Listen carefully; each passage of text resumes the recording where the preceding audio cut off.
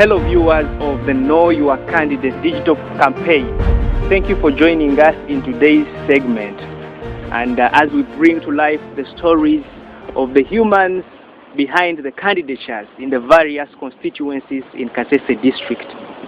And in today's segment of Know Your Candidate, we are privileged to be hosting one of the candidates running for Member of Parliament in the Busongora South constituency, who we shall have a chance to know and interact with and indulge to be able to understand their person, their motivations, and why they are aspiring. And we shall be able to know them and appreciate them, and this shall inform our choices in the 2021 general election. Ladies and gentlemen, I take the honor to introduce to you the guest in today's segment. Please, would you like to tell the viewers who you are, what you're running for, and in which constituency, and a little bit of information about the kind of person you are? Okay. Thank you very much. I'm Barozi Asiimwe, contesting on Busongora South MP independent candidate, and I am a project planning and management professional. Secondly, my education background, I did Bachelor's of Science in Project Planning and Management, and I did a certificate in Agroecology. I did a certificate in Climate Change and Disaster Risk Management. This is going to help me actually too much, because my constituency has gotten a lot of floods, the places that are being hit by disasters. And I have a certificate in humanitarian saving lives. That is first aid part of it with Uganda Red Cross. And I have a certificate in computer science. In addition to that, I have gotten a certificate in trainer of trainees. You understand? Yes. In the whole East Africa.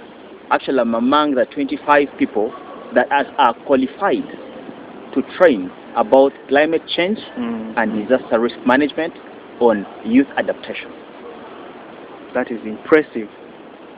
So, being a youth, I really call upon them all to come, join hands, to see that we are enhancing the generation of the youth, not leaving behind, I call them parents, the elderly, who have really groomed us from where we come from, to see that we're coming at on this platform to express our feelings, express our loving heart to our country, as well as my constituency, Busongora South. We hear a lot of technical knowledge from candidate Frank regarding climate action. You know, it's one of those crises that it's a crisis that humanity faces. In fact, it's one of those global calls for action, climate action, and it is interesting to learn that candidate Frank has technical knowledge in this aspect, and I'm sure that his voters will take keen interest in this aspect of his professional experiences. Now on to candidate Frank. We would like to learn more about you as a person, your family life. Where do you come from which household you come from? You married or single? There could be a young woman out there looking out to have you for a husband. So I am sure the voters would like to indulge you on that information. Okay, thank you very much, Abraham. I am a single man.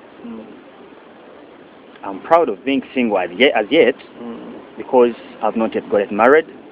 And secondly, I come from a humble family, from Katwe, Lake Katwe, where there is Salt Lake, where there is Lake Edward, the suburbs of Queen Elizabeth National Park. Yes. You see, it's a home of breath, it's a home of nature, it's a home of minerals, so it's a rich home.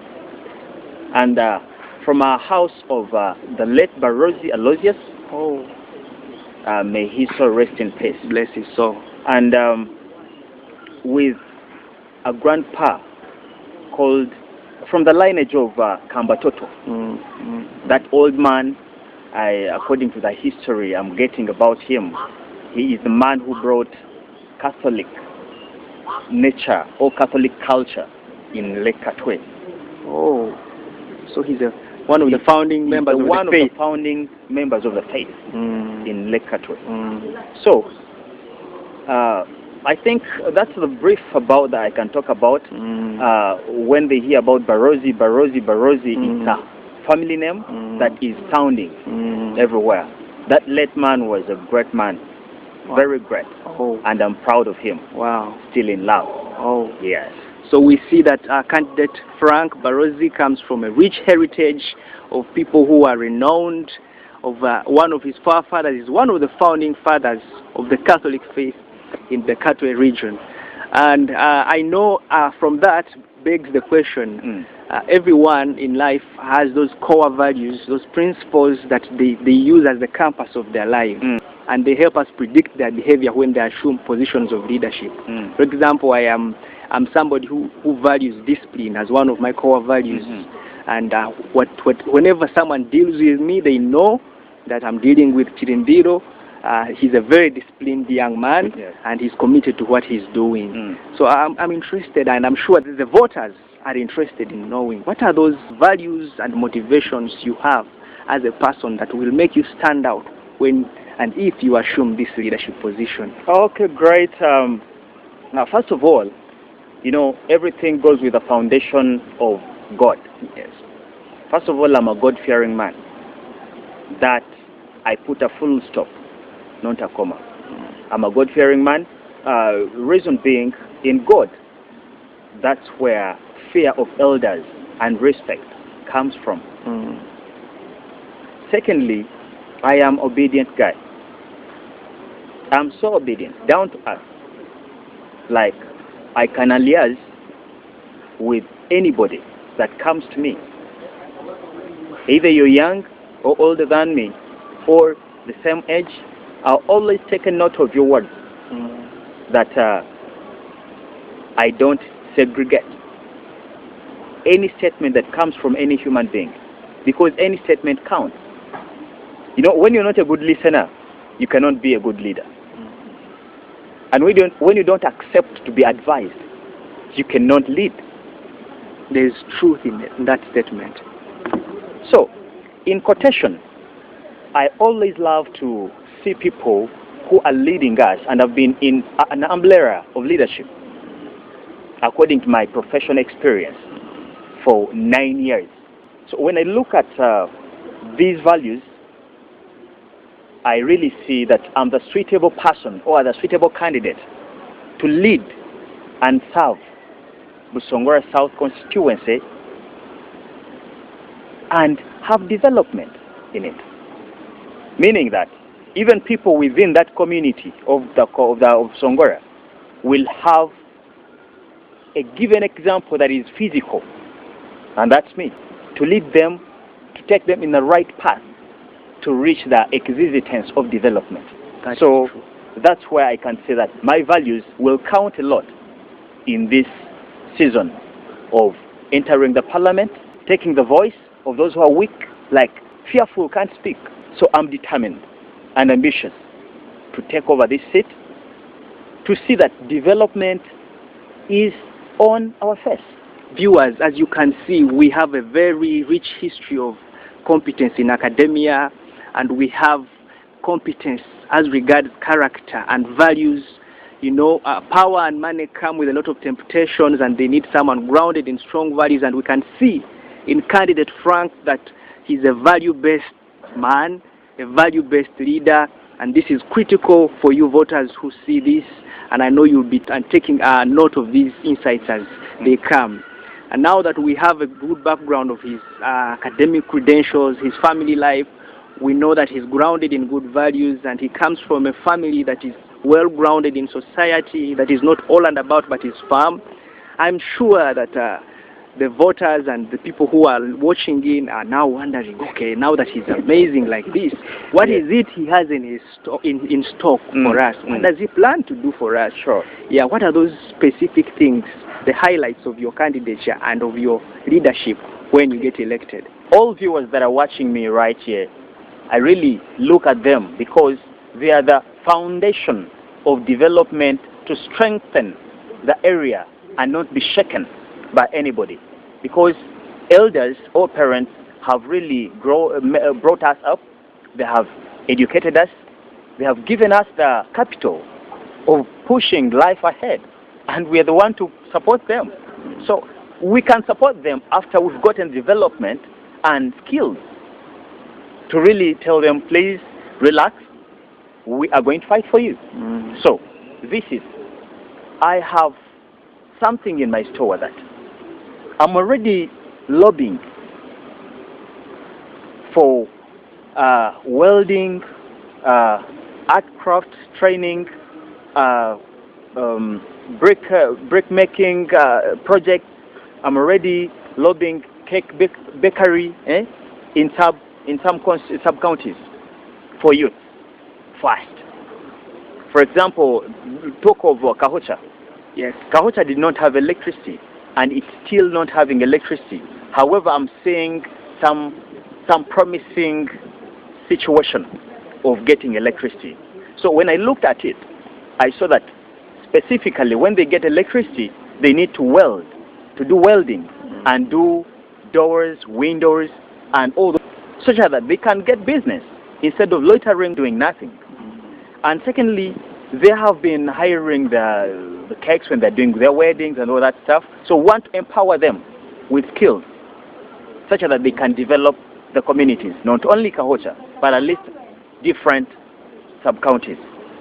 And when you look at that as well, I have tried to bring out something that is very critical and crucial that we should look at in some different areas. Yes.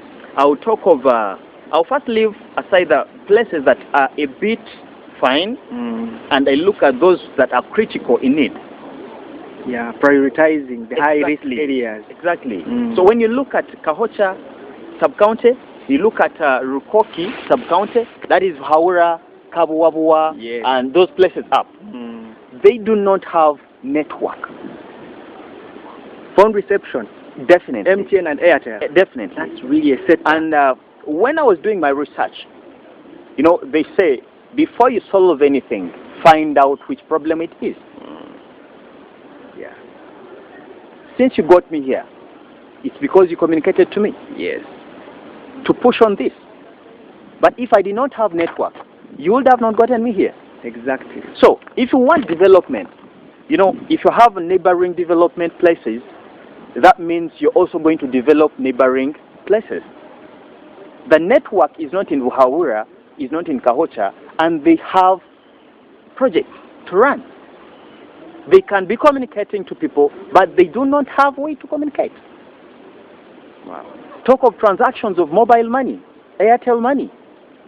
Some these days businesses run through mobile money. Yes. Send me this, I send you your product. They do not have that category of service. And I see development cannot be there if this is not there. So what I did is, I tried to lobby from MTN first to take their mask so that these people can have what? Network. That is proactive leadership even before you are before even I'm in the office. Oh, and I've been communicating to the director of MTN in network department, and I have messages here actually. I've been meeting them, and they have seen cars for MTN going to survey where they're going to put those masks. Masks, I mean, as well in Haura. Wow. So that is evidence that the service is going to do what? To get there. So when that service is there, I'm already on point that development is also coming. I will look at a factory for salt, because as Busongora South constituency, the way you see it all, yes, it is a blessed constituency in the whole Uganda. I'm proud to speak that. Definitely. It is the constituency that has got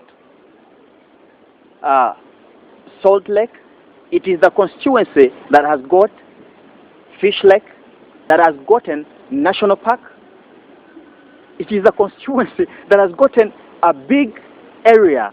I've had people say that Uganda is the pearl of Africa, Kasese is the pearl of Uganda. Now it seems to be that Katwe is the pearl of Kasese from what you say. Definitely. And when you look at the way they demarcated the constituency, it goes even round of Rwenzori Mountain. Because Buhaura is in Rwenzori, yes. Chibandama is in Rwenzori, Chitavu is in Rwenzori. So you find that it is a blessed constituency. Give of Tlembe, Upper. Yeah. So you find the whole constituency is a blessed constituency. I think that's why we are many competitors.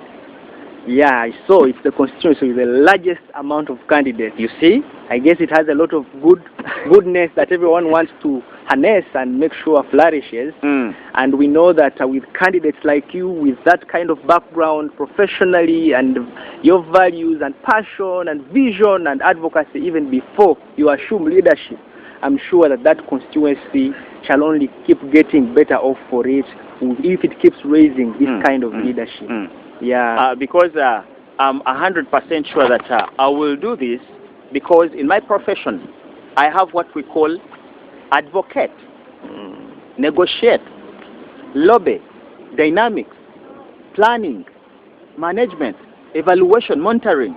So when you look at all those categories, and they're the very ones that we need in a leadership person or in a leader to be managing everything.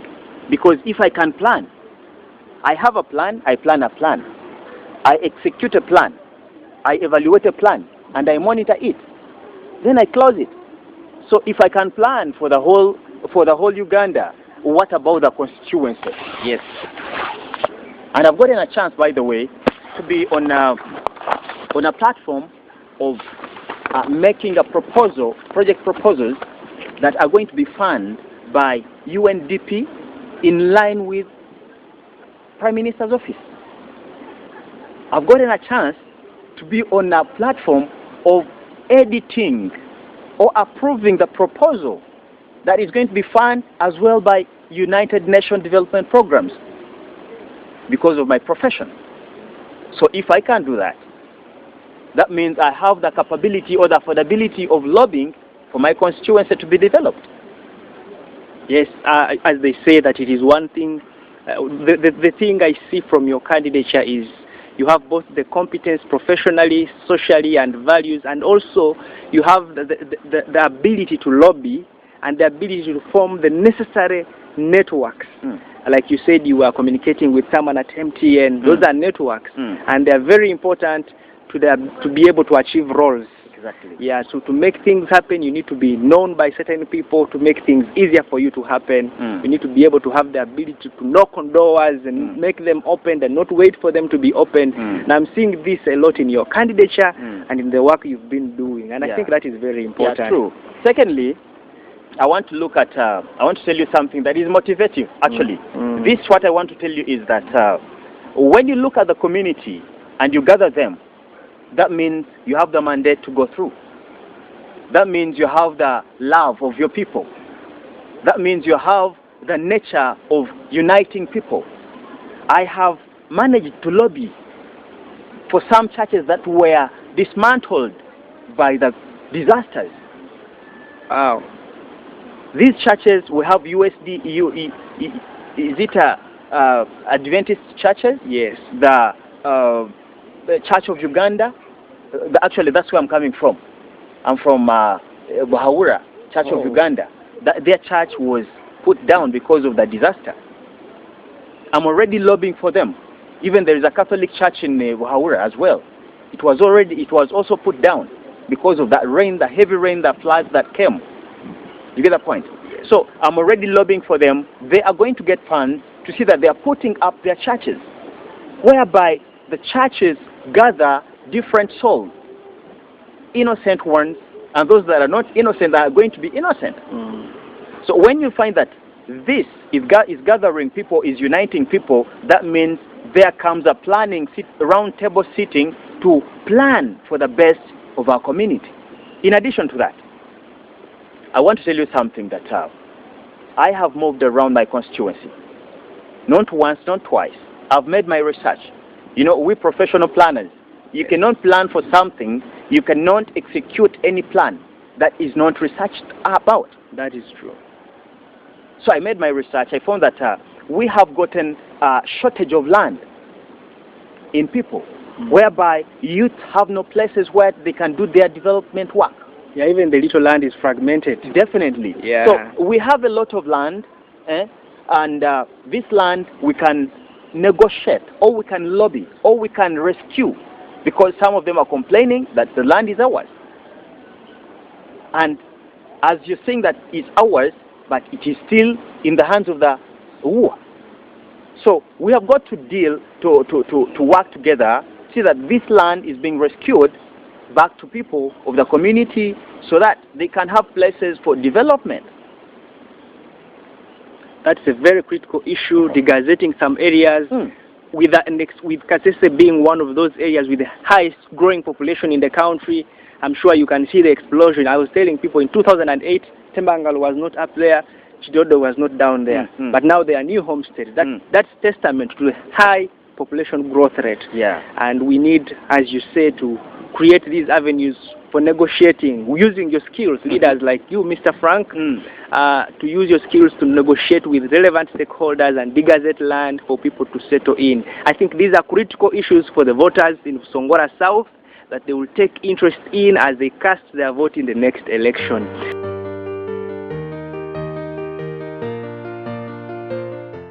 I would like us to indulge candidate Frank on his person as a human being. How do you spend your free time? How do you relax?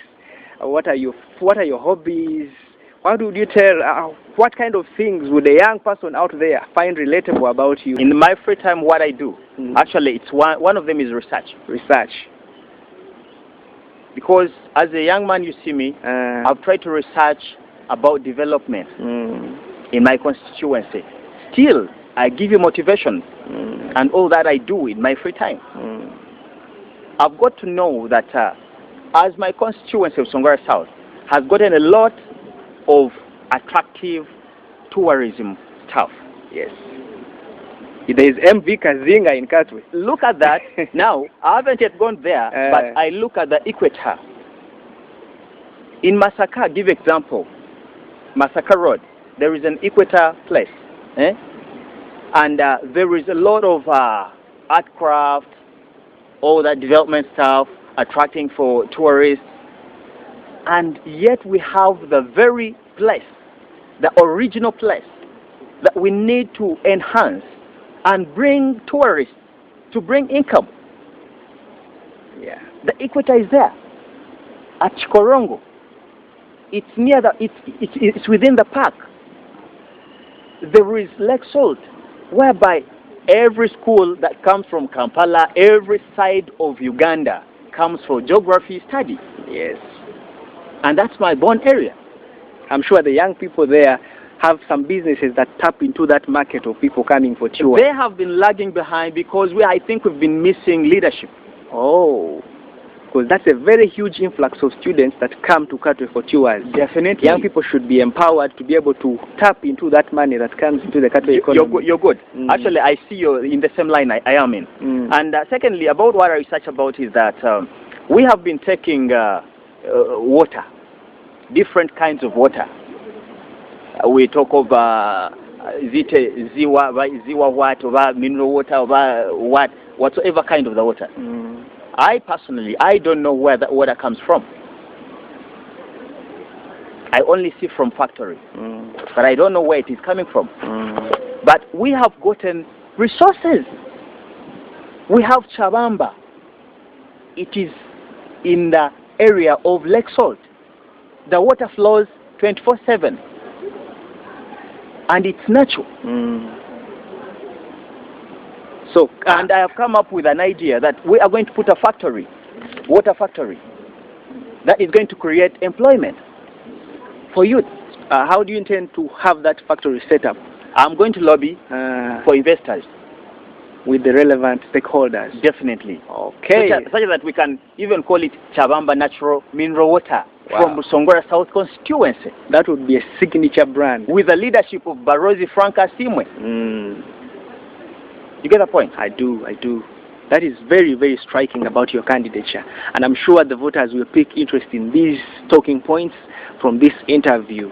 And now as we come to winding up this segment in which we host candidate Frank Barozi Asiimwe from Busongora South Constituency running for Member of Parliament, I would like to hear some few closing remarks from the candidate and what he wants you to remember out of this interview. First of all, don't forget the names of Barozi Frank Asiimwe when you're casting your vote. And the symbol of a radio.